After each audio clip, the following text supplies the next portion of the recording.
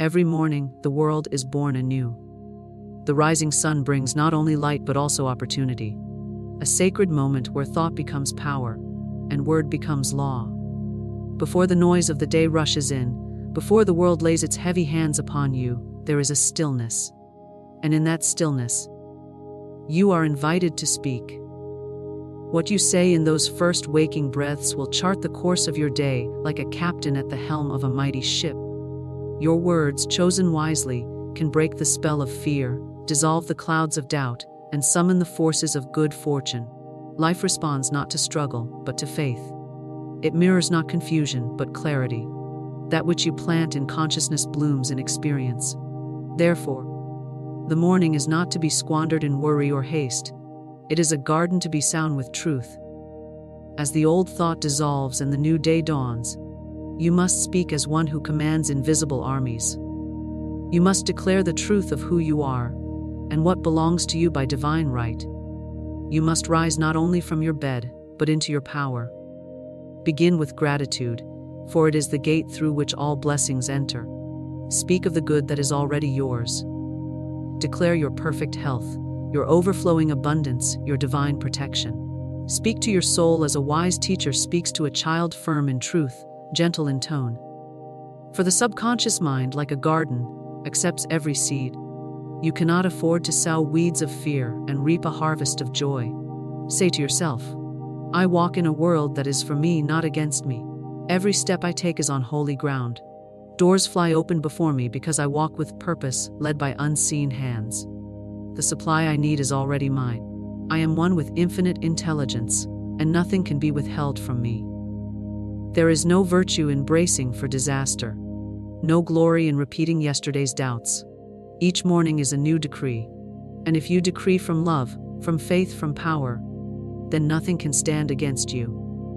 This is the secret the wise have always known. Your word is your wand. Do not wait for proof to speak your truth.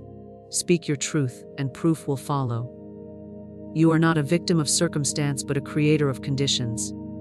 The universe does not hear your wishes, it hears your word, charged with belief. What you affirm in the morning is what the world will reflect back to you before the day is done. So speak boldly. Speak with joy. Let your morning words be a song of triumph. Let them rise above fear like the lark at dawn. Say only what you wish to see. For the words you speak to yourself each morning are not idle. They are laws passed in the courtroom of the soul. And what is decreed there shall not return void. Your word is your creative power. This is not a poetic metaphor or a soft-spoken spiritual comfort. It is a truth as absolute as any natural law. Just as gravity pulls objects to the earth without fail, so does the spoken word shape the experience of your life. Every phrase you utter holds within it the seed of creation. The spoken word is thought made visible, energy made form, spirit made flesh. You do not merely describe your reality, you dictate it. You do not narrate what is happening. You proclaim what must come to pass. When you speak, you are sending out a blueprint to the invisible forces that construct your world. These forces are obedient and impartial. They do not judge your intentions, they simply respond to your vibration, your belief, your tone, your clarity. Whether your words affirm prosperity or predict defeat, they act with equal precision. The law does not ask if you meant what you said. It acts upon what you said with the full authority of universal law. Many people speak carelessly, not realizing they are using sacred tools with every sentence. They declare sickness, lack, struggle, confusion, and wonder why these conditions persist. But how could it be otherwise? They have prophesied with their own mouth. They have called forth that which they dread. And yet the reversal lies in the same mechanism, the word. You can just as easily declare peace as you can worry aloud. You can affirm harmony as readily as you describe conflict. You can state that you are guided, protected, and abundant with the same breath that once uttered, I don't know what I'm going to do. It is a choice, moment by moment, word by word. No man or woman is without power when they understand this principle. No one is trapped who begins to speak with intention. Your word is not a weak signal drifting into a chaotic universe. It is a command. When you say, I am, You set creation into motion. I am successful. I am loved. I am safe. These are not mere affirmations, but divine instructions. And when spoken with conviction, they rewire your subconscious mind, reorder the vibrations around you, and prepare a path for the manifestation to arrive. You may not see immediate evidence, but the work is already in motion. The soil has received the seed. That is why it is essential to guard your speech, not with fear, but with reverence. Words spoken in jest, in sarcasm, in habit. These two have creative power. Every time you repeat a complaint, you water the roots of the very thing you wish to escape. Every time you call yourself unlucky, tired, or broke, you sign your name at the bottom of a script you did not wish to write. Begin to watch yourself with love and awareness. What do you say in the morning? What do you declare before sleep? Are you invoking grace or perpetuating struggle? Those who master their word master their world. They do not chase results, they speak results. They do not describe circumstances, they change them by speaking higher truths. Even when appearances suggest lack, they declare supply. Even when fear whispers, they proclaim faith. This is not denial. It is divine discipline. It is the art of seeing with the inner eye and speaking with the voice of authority. You are given this power not to echo the world, but to lead it. Not to explain limitation, but to dissolve it. You were made in the image of a creator who spoke the universe into existence. That power lives in you now, waiting to be remembered, waiting to be used rightly. Each time you say, I can't, you bury that power under layers of disbelief. Each time you say, I can and I will, you call it back to life. The subconscious mind takes every word you say as fact. It does not filter for sarcasm or modesty. It does not care if you were joking. It hears, I am overwhelmed, and it begins to adjust your perceptions, your energy, your expectations to match that condition. It hears, everything is working out for me, and it opens doors you didn't know existed. This is not mysticism, it is the mechanics of spiritual law. And so, discipline your mouth. Let it become an instrument of truth. Let it speak only what you wish to grow. If you would not plant weeds in a garden, do not plant despair in your consciousness. If you wish to see joy, speak joy. If you wish to be supported, say so. Let your word be aligned with your vision, not your fear. Speak of the thing you desire as though it is already yours, for in the eyes of the law it is. You must become bold in your declarations.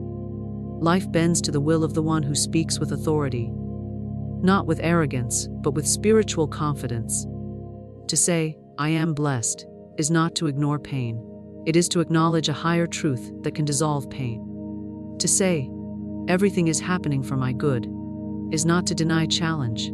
It is to place challenge within the hands of divine order. Each time you speak like this, you reclaim your power. Most people speak according to appearances. They say what they see. But those who understand the creative power of the word say what they want to see. They speak as visionaries, as architects, as alchemists. They do not parrot facts, they shape reality. And they do it without strain, without force, simply by aligning their speech with the law of truth.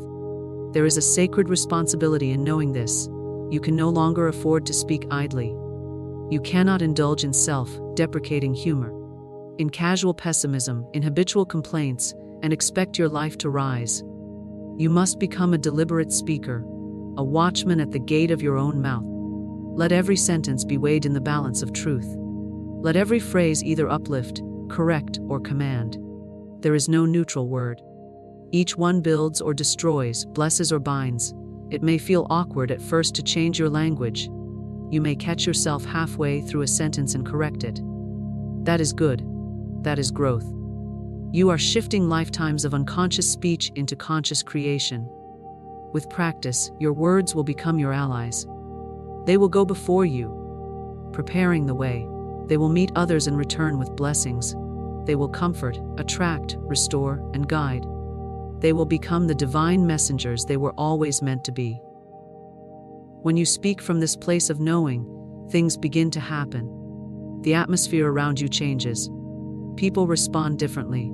Opportunities appear, not because you manipulated events, but because you aligned yourself with the fundamental truth that life flows where the word goes. The vibration of your voice becomes the magnet of your experience. What you say consistently becomes the architecture of your life. Speak accordingly. Speak only what you desire to manifest. This is not merely good advice. It is a spiritual law, a creative principle, a sacred discipline. Every word you speak is a thread in the tapestry of your life. You are not describing your reality, you are commanding it. Each sentence that passes your lips becomes a declaration, a decree, a mold into which the invisible substance of the universe flows. When you speak of what you fear, you give it shape. When you speak of what you love, you give it power. The law does not discriminate between words spoken in hope or despair. It simply obeys. You are always speaking something into existence, whether you know it or not. The universe is always listening, not to your wishes, but to your words. And it listens most intently when your words are charged with emotion. When you speak from fear, you reinforce fear. When you speak from faith, you activate divine energy. Therefore, it is not enough to think positively and then speak carelessly. Your speech must match your vision. It must be consistent with the reality you want to create, not the one you want to escape. Many people believe they are victims of circumstance, yet they are merely harvesting the words they planted in seasons past. They have spoken failure so often that it now shows up on their doorstep uninvited. They have recited struggle as if it were a hymn, and life, being faithful, has provided struggle in abundance. But the moment you decide to speak only what you desire, the moment you discipline your tongue to align with your dreams, the energy shifts. The soil of life begins to receive new seeds. The winds begin to change direction. This discipline is not about denying facts. It is about choosing the truth you want to multiply. You may be facing financial hardship, but to say, "I am always broke," is to cement that reality. Instead, you speak what you desire. "My supply is unlimited. Abundance flows to me now." This is not delusion. It is divine causation. You are not ignoring the present. You are creating the future. You are not pretending things are perfect. You are declaring that perfection is on its way. Every word is a prophecy. Your mouth is the doorway through which destiny enters. The subconscious mind takes your words as instructions. When you say, "Nothing ever works out for me," it accepts that and begins to guide you accordingly. It closes doors, alters perceptions, and attracts experiences to confirm that belief. When you say, "I always land on my feet," it creates pathways for resilience and recovery. The world outside bends to the world you describe within. You do not need to understand how the words take shape, only that they do. Speak them with conviction, and the mechanisms of life will respond. The path may be hidden for a time, but it is being built as you speak. There is no neutral speech. You are either affirming your destiny or delaying it. You are either calling forth miracles or reinforcing limitations. Therefore, speak with clarity, with intention, with authority. Train yourself to become aware of your casual speech. Notice how often you joke about being tired, unlucky, or cursed. These words are not harmless, they are instructions. They are declarations to the creative forces around you. Even laughter carries vibration. Be mindful that your humor is not disguised defeat. Even sarcasm, if repeated enough, becomes the language of your subconscious. The universe is not amused by jokes about failure. It only hears failure. Begin to replace every negative phrase with a positive counterpart. Where you once said, "I can't afford that," now say, "It's not in my budget yet, but more is on the way." Where you once said, "I'm so unlucky in love," now say, "The perfect partner is finding me now." This is not about denying your emotions. It is about choosing your words wisely in the presence of those emotions. Feel what you feel, but speak only what you desire. Let your emotions pass like weather. Let your words stand like mountains. This is the difference between reaction and creation. Reaction speaks from the condition. Creation speaks from the vision. One reinforces what is. The other brings forth what could be. To speak only what you desire is to become a conscious creator. It is to take your place in the divine flow and say, I will no longer participate in the creation of my own misery. It is to accept responsibility for your vibration, your atmosphere, your field. It may feel unnatural at first. You may feel like you're lying. But you are not lying. You are prophesying. You are declaring the future you choose. You are refusing to energize what no longer serves you. You are speaking life over your dreams, speaking strength over your journey. The more you do it, the more natural it becomes.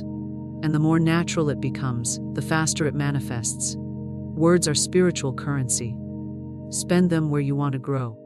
Let your speech be deliberate. Let it be focused.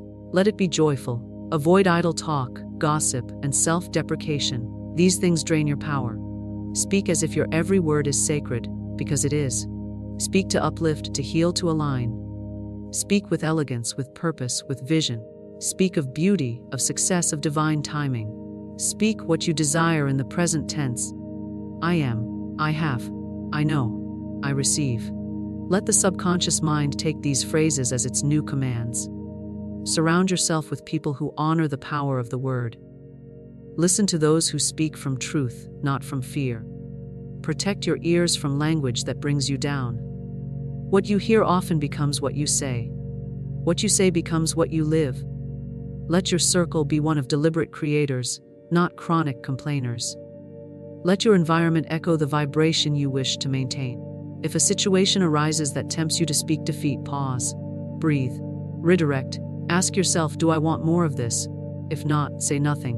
Or better yet, speak a higher truth. If someone asks how you're doing and your heart feels heavy, you can still say, things are shifting in my favor. You can still say, I'm finding my way through. You can still say, I expect something good. This is not about pretending. It is about choosing the frequency you wish to dwell in. Your desires are not weak wishes. They are divine blueprints, and your words are the tools with which you build them. Speak them daily. Speak them boldly. Speak them lovingly. Speak them as prayers, as declarations, as codes. Let every sentence carry the vibration of your future. Let your word be a mirror of your vision, not your past. Let it align with the highest version of yourself. Each time you catch yourself speaking of lack, pause. Choose again.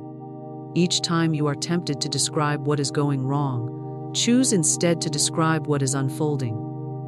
Each time you are pulled toward complaint, turn toward declaration. Speak what you desire, not what you fear. Speak of what is becoming, not what has been. Speak with reverence, for your word is the architect of your reality. Speak only what you desire to manifest. Gratitude opens the gates of abundance. This is not just a comforting phrase. It is a spiritual law, an energetic truth, a force that shifts reality. When you express gratitude, you step into alignment with the divine order of life. You move from resistance to acceptance, from lack to sufficiency, from fear to faith. Gratitude does not wait for everything to be perfect. It acknowledges the perfection that is already present. It is the language of receivership, the vibration of wholeness, the magnet of miracles. Every time you give thanks, you expand. You expand your awareness, your frequency, your capacity to receive. Gratitude is not a reaction, it is a choice. It is not reserved for moments of celebration. It is most powerful when used in moments of uncertainty. When you can say, thank you. In the middle of the storm, you break the illusion of chaos and reconnect with truth. You tell the universe, I trust the process. I know good is here, even if I cannot see it yet. That statement of faith opens the gates wide. The gates of abundance do not open to complaint. They do not respond to blame or bitterness. They remain closed to the one who constantly asks, why me? But they swing wide for the one who declares, I am thankful anyway. Gratitude is the password, the key, the secret phrase. It tells the invisible forces that you are ready, not just to receive more, but to notice what has already been given. When you notice what you have, you multiply it. What you appreciate, appreciates. Many people wait for blessings before giving thanks, but that is like waiting for warmth before lighting the fire. Gratitude is the fire. It is the spark that activates dormant good. It is the divine recognition that says, I see what is working. I honor what has been given. I bless what is becoming. In that state, you are no longer chasing abundance. You are allowing it. You are no longer trying to force outcomes. You are flowing with them. Gratitude shifts your perspective instantly. It does not change the facts, but it transforms your relationship to them. Where there was once complaint, there is now clarity.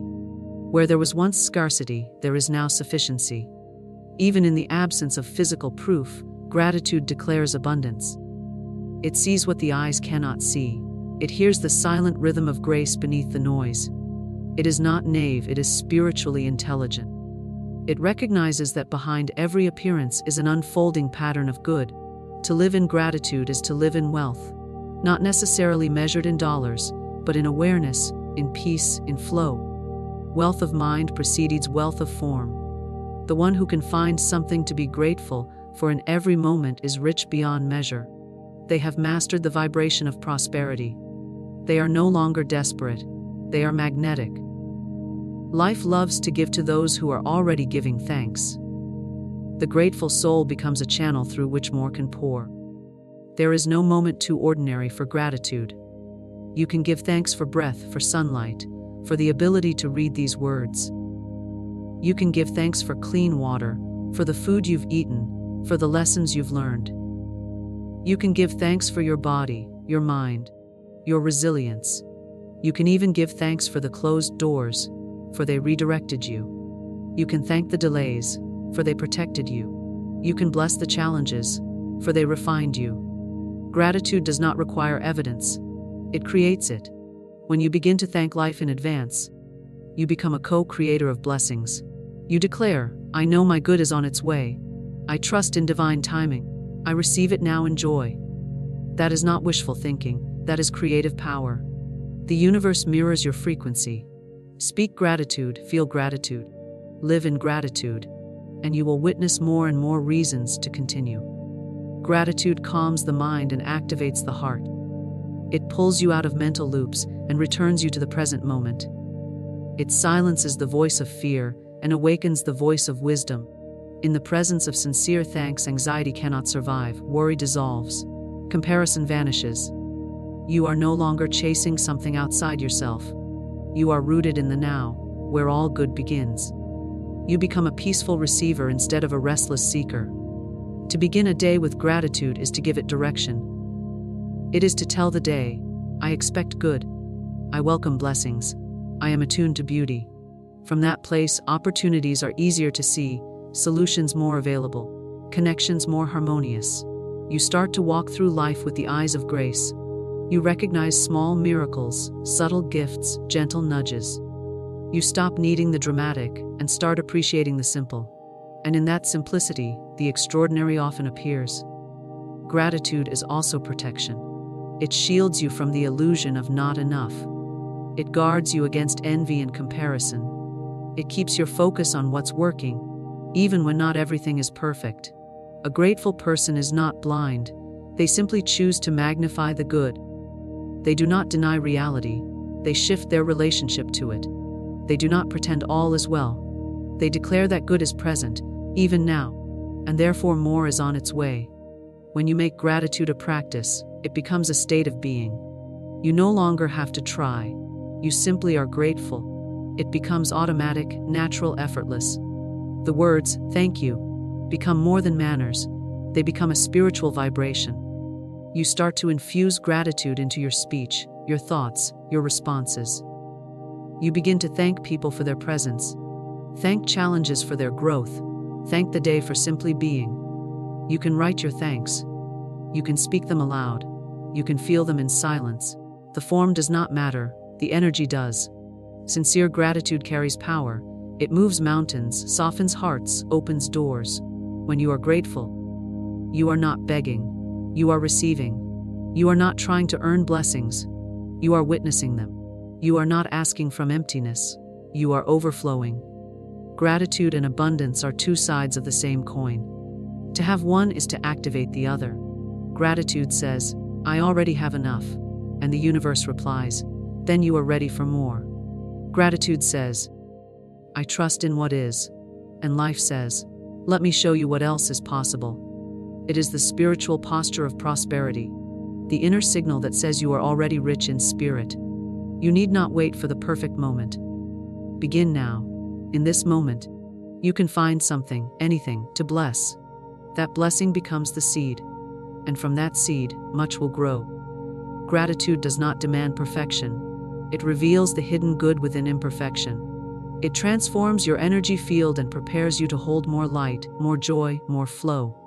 Even when circumstances are unclear, gratitude can be your compass. It keeps you grounded in truth when emotions are high.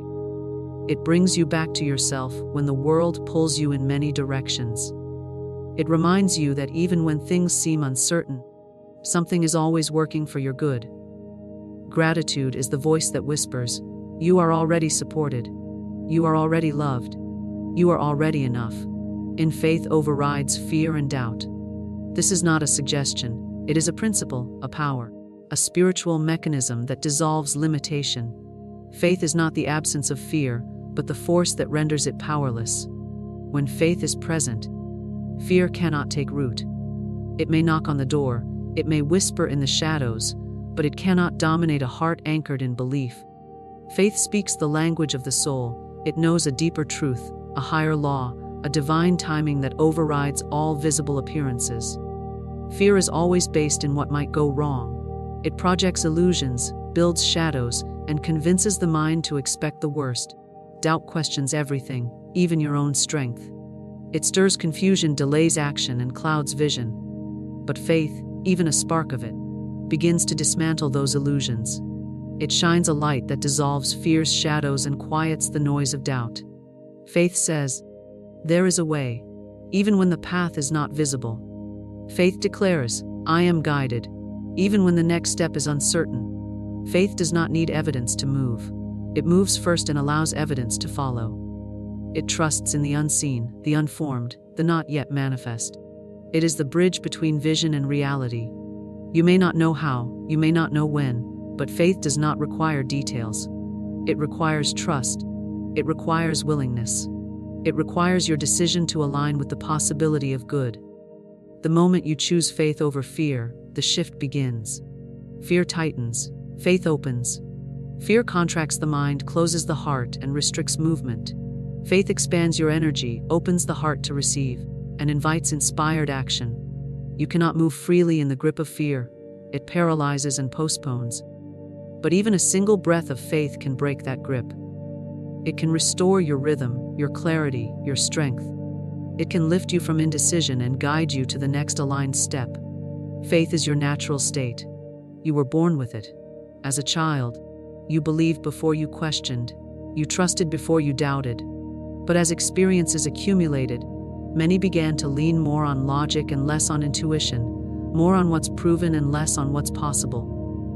Fear became a habit, and doubt became a lens. But those lenses can be removed. The habit can be broken. Faith can be restored. Not by forcing it, but by feeding it. You feed faith by what you focus on. When you dwell on past failures, faith weakens. When you imagine worst-case scenarios, faith recedes. But when you remember how life has carried you before, when you recount even small victories, faith grows. Gratitude and faith are allies. One acknowledges the good already here, the other anticipates the good on the way. Together, they build a foundation that fear cannot touch. Faith is a choice. It may not always feel natural, but it can always be chosen. You choose it in the face of fear by saying, I believe in something greater.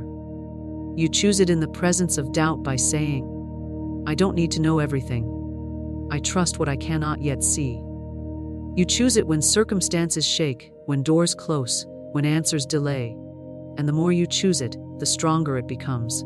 Faith is a muscle. It builds with use. When doubt speaks loudly, you do not argue. You affirm. You speak the truth even if your voice shakes. You say, I am supported, even when you feel alone. You say, all things are working for my good, even if you don't yet see how. This is not pretending. It is spiritual authority. You are not ignoring facts. You are aligning with higher truth. The truth that you are divinely guided. The truth that your path is unfolding with perfect timing. The truth that nothing is too big for the divine power within you. Faith is not passive. It does not sit and wait in helpless silence. It listens inwardly, moves when guided, and remains steady in uncertainty. Faith shows up with consistency even when results are delayed. It acts in alignment with what it knows to be true, not what circumstances suggest. And through that consistency, it attracts synchronicities, opportunities, solutions that fear could never access. Fear is loud and immediate. Faith is quiet but enduring. Fear screams for attention. Faith whispers reassurance. And yet, it is the whisper that holds the real power. It is the still, small voice that says, "You are not alone. You are on the right path. Keep going." To hear that voice, you must turn down the noise of panic and tune into the frequency of peace. That frequency is always there, waiting for your attention. Faith lives in that silence. It speaks when you pause, when you breathe, when you let go of the need to control everything. There are moments in every journey where doubt will rise. It is part of the process. It is not a sign to stop. It is a sign to go deeper. Deeper into trust, deeper into surrender, deeper into inner knowing. You are not weak because you feel afraid. You are powerful because you choose faith anyway. You are not failing because doubt knocks on your door. You are growing because you answer with truth. Faith is not blind, it sees what eyes cannot.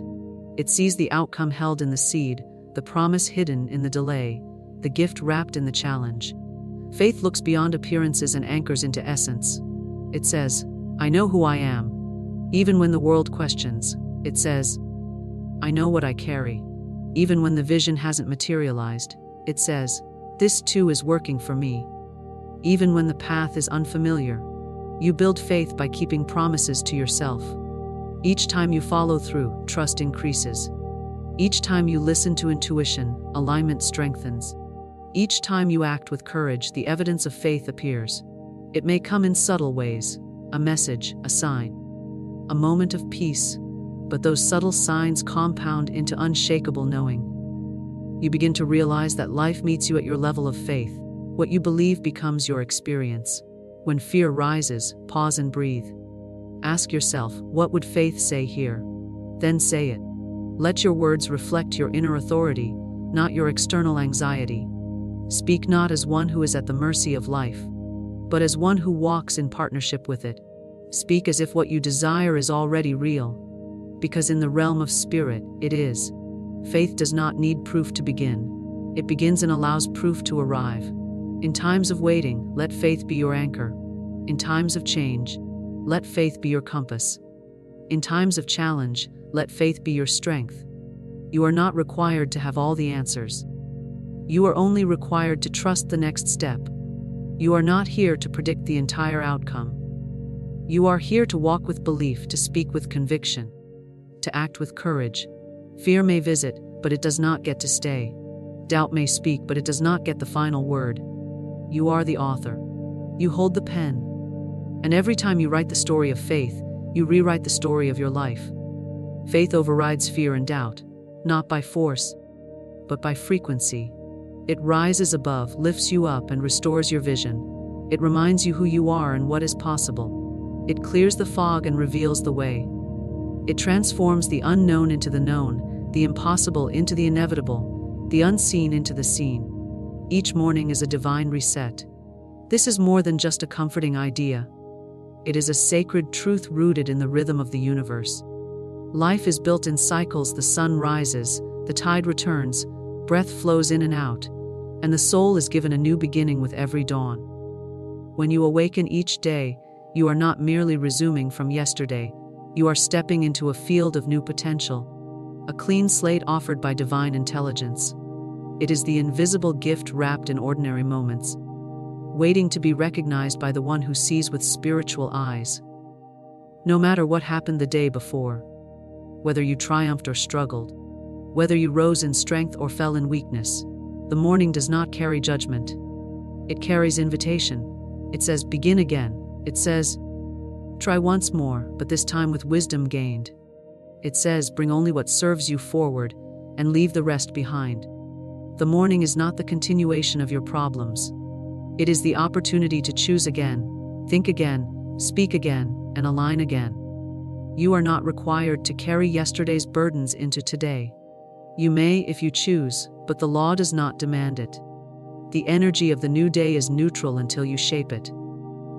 The thoughts you think upon waking, the words you speak into the quiet air, the energy you claim as your own.